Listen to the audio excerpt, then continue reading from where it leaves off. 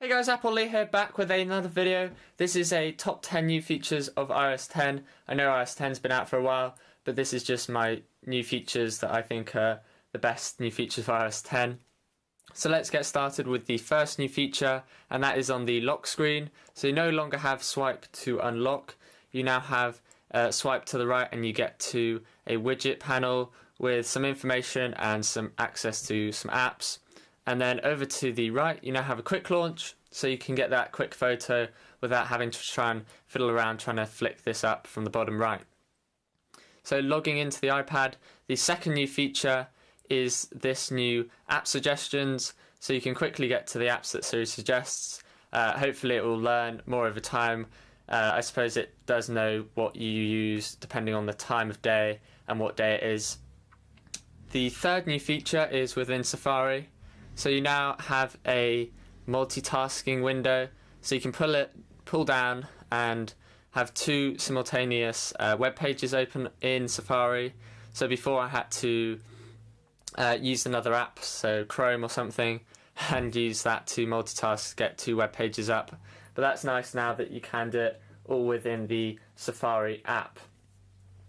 The fourth new feature is the ability to delete stock apps. So you can see if you hold down, you can now delete things like news, reminders, the iTunes store.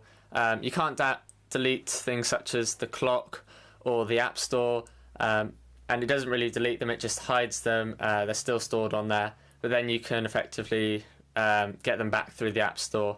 But it's just a nice new feature, so you can clean up the home screen of your iPad or phone. The next new feature is the new Home app. So if we scroll across, I don't know where I put it now, into the folder, sorry, the new app here called Home. So you can see here I have some lights added, Philips Hue lights, but it just integrates everything into one app, which is really nice to see.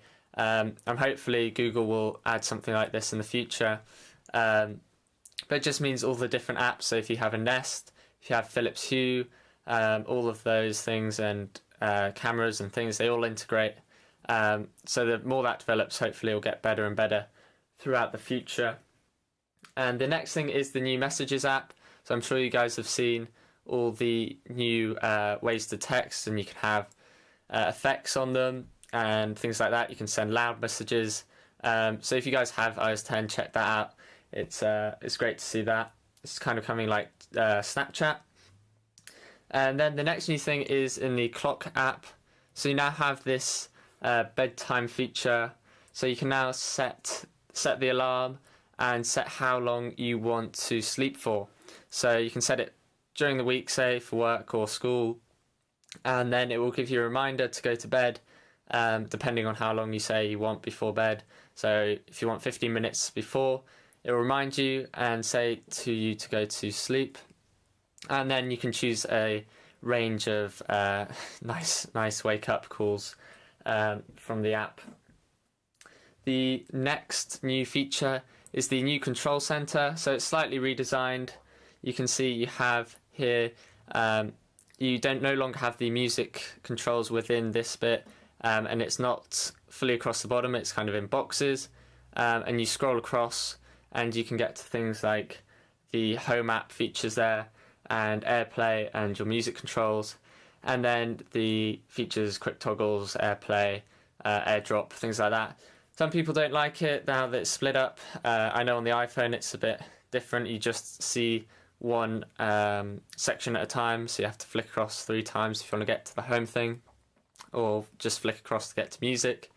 So sometimes slower, sometimes quicker, but just a new refresh there.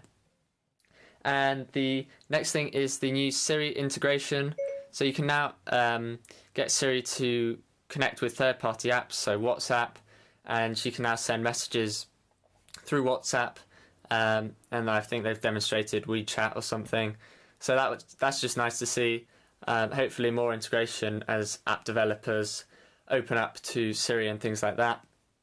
And the final feature is just for iPhones, I believe. It doesn't work on iPads, but it is the new raise to wake feature. So similar to some of the Android phones that have been out, you can now lift your phone up and it will wake up to display your notifications and lock screen. And that's just nice for people with the 6S or 7, because I know there's been complaints of the fingerprint scanner being too quick. So this just means you can check the lock screen without having to click the home button. Thanks for watching, guys. Make sure you do subscribe down below the red button and give this video a like if you like it, and I will see you guys in the next video. Thanks for watching.